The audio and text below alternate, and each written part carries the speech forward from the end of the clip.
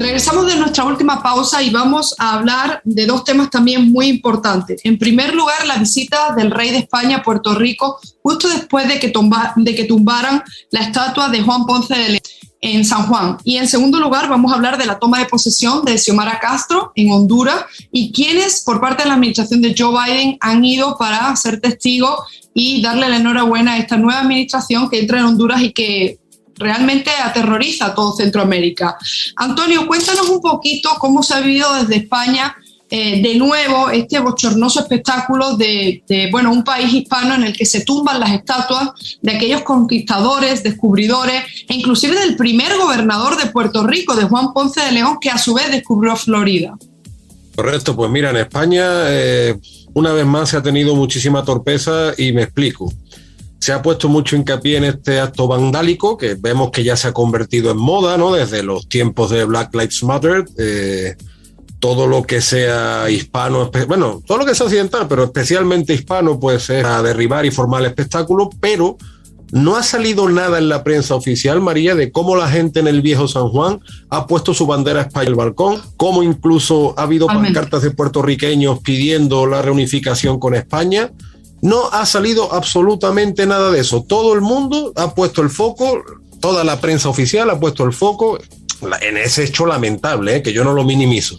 Lamentable de querer borrar además a un personaje histórico con esa pseudo-memoria que tan tristemente en España conocemos y que ya Aznar se adelantó a Zapatero pidiendo esa ley, por cierto, hay que recordar esto.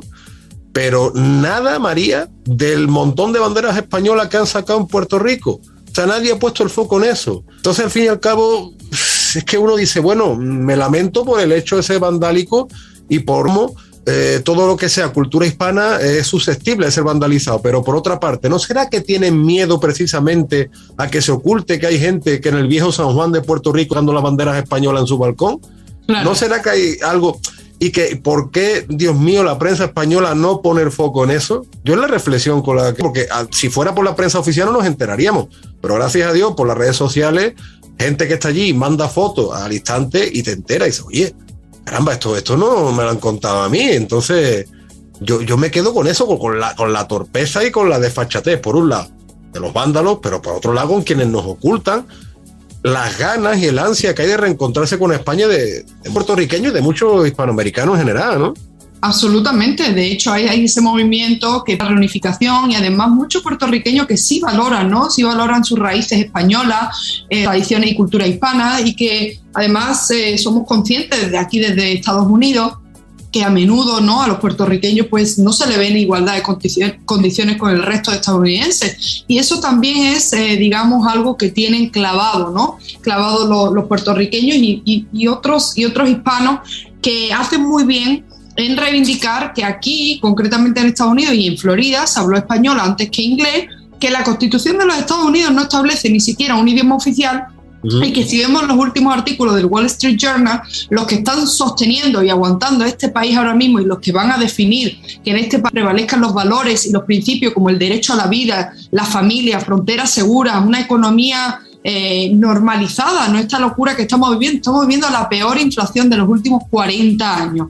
En fin, son los hispanos americanos, más de 62 millones de hispanos americanos que nos encontramos aquí, que hemos venido huyendo de países socialistas o donde la socialdemocracia o en el peor de los casos el comunismo ha acabado con todo lo que conocíamos y ha destrozado nuestro futuro. Me gustaría preguntarle a Jorge su opinión sobre el discurso, ¿no? El discurso del rey en España, del rey Felipe VI, que elogió la forma en que su reino conquistó el continente americano en el siglo XVI.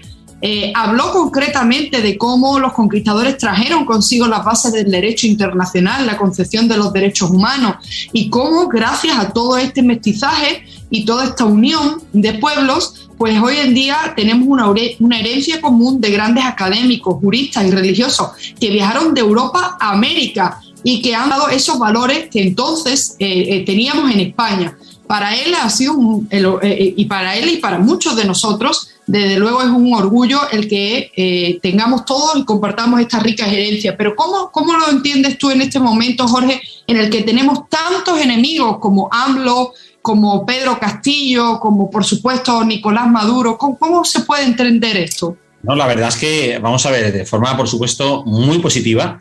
No hay que olvidar que yo estaba haciendo memoria y creo que la última vez que el rey Felipe VI había estado en tierras hispanoamericanas fue en el mes de junio, ¿no? Cuando la investidura de Castillo. Me quiero recordar que fue en aquel bochornoso episodio, correcto. Efectivamente, o sea, entonces, claro, uno tenía ya ganas, ¿no?, de escuchar al rey hablar. En aquel momento, pues claro, él era invitado y tenía que estar, pues, sentado en su sitio y permanecer callado. Que la verdad es que ese es yo creo que la asignatura más difícil, y que el rey Felipe VI, pues bueno, pues en su formación como monarca, más tuvo que aprender, ¿no? Es decir, el no tener ninguna incontinencia y guardar silencio aunque te estén pisoteando, ¿no? Que es lo que estamos viendo día sí día también en España y fuera de ella.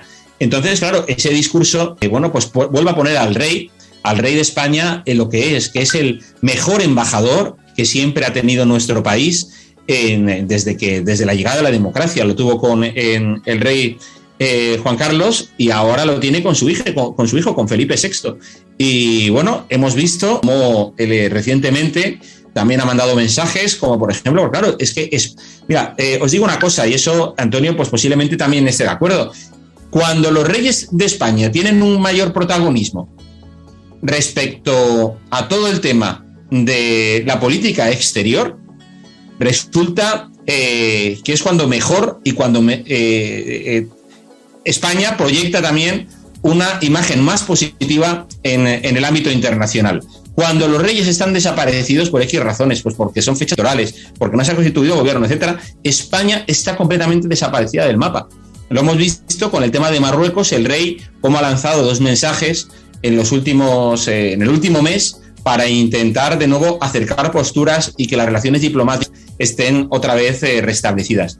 Por eso creo que en estos momentos donde el populismo, donde la extrema izquierda se está instalando en Hispanoamérica, la figura del rey Felipe VI creo que es clave para pues seguir mandando ese mensaje de estrechar lazos, de estrechar puentes y frente a todos aquellos que quieren destruir, ¿vale?, su legado español.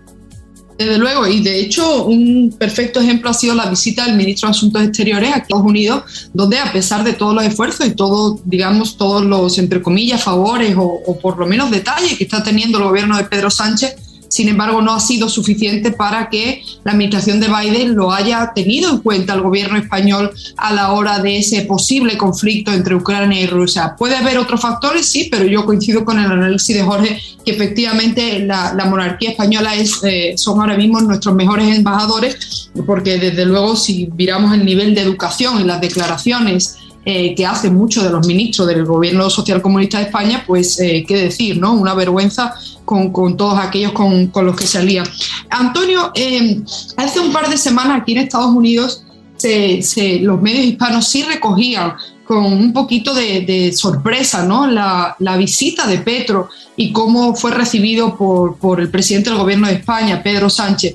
En Estados Unidos es una comunidad colombiana muy importante. En España son los primeros hispanoamericanos representativos, es decir, están representados en mayor número los colombianos, además muchos con nacionalidad española, y hay una preocupación que va en incremento, ¿no?, sobre la posible llegada de Petro que auguran las estadísticas y las encuestas. ¿Cómo puede ser que este gobierno de España se alíe y reciba a Petro mientras que siendo simplemente un candidato presidencial, ¿no? O sea, ¿cómo lo entiendes tú? Como dentro de lo que ellos mismos han anunciado que va a ser una nueva alianza iberoamericana de la izquierda internacional. ¿Eso es lo que vamos a vivir si Petro llega al poder?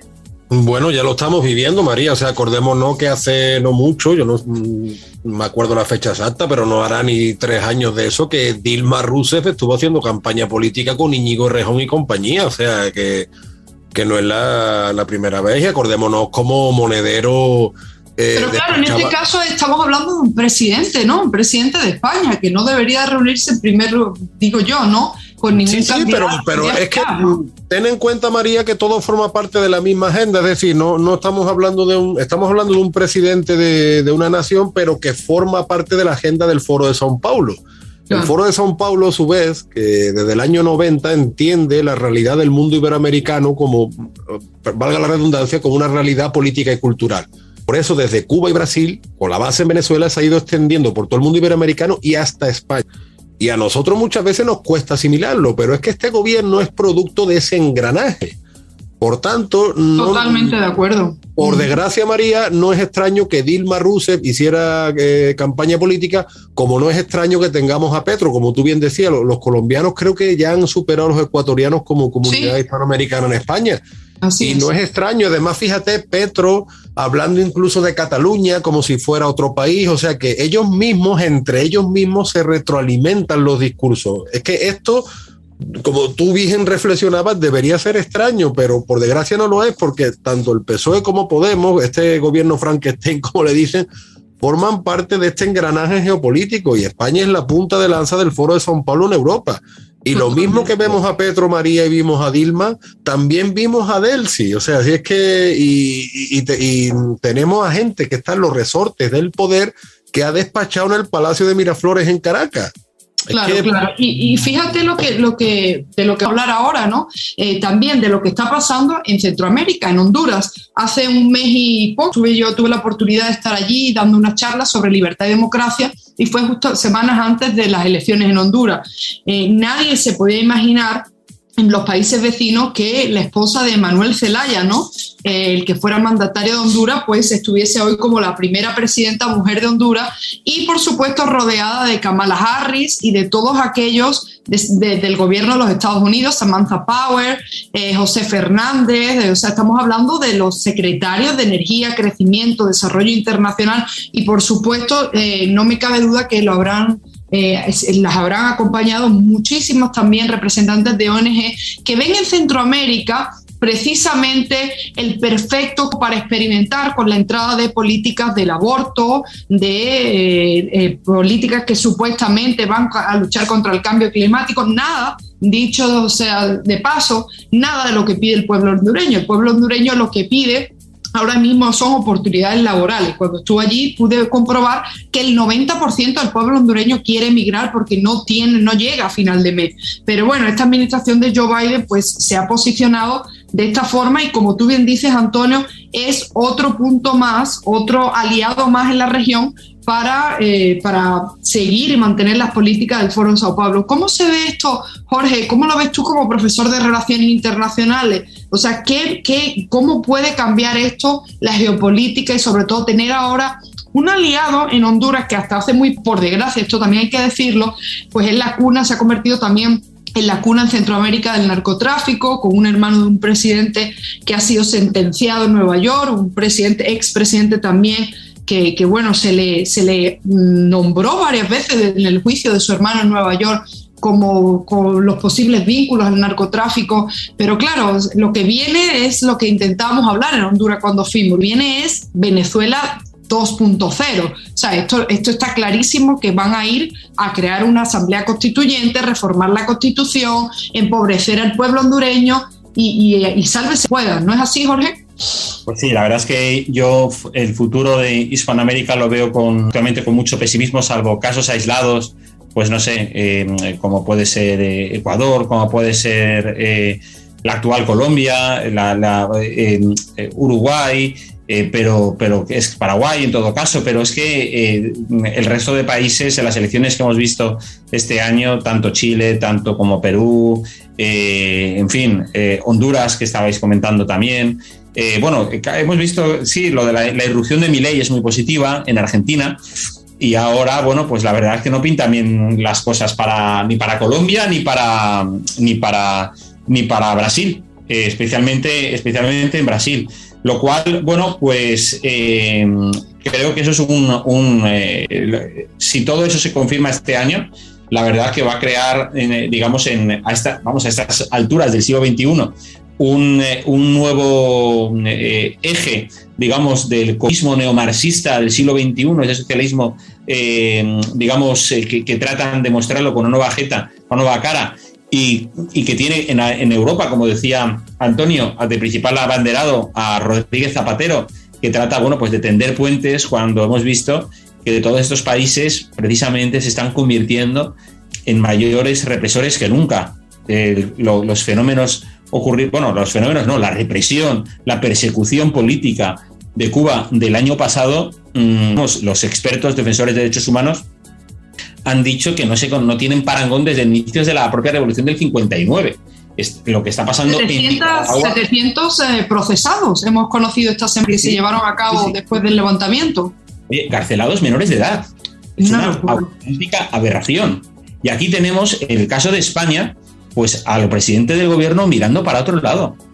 Y a Biden, que prometió por lo menos llevarle internet, nada de eso se ha cumplido.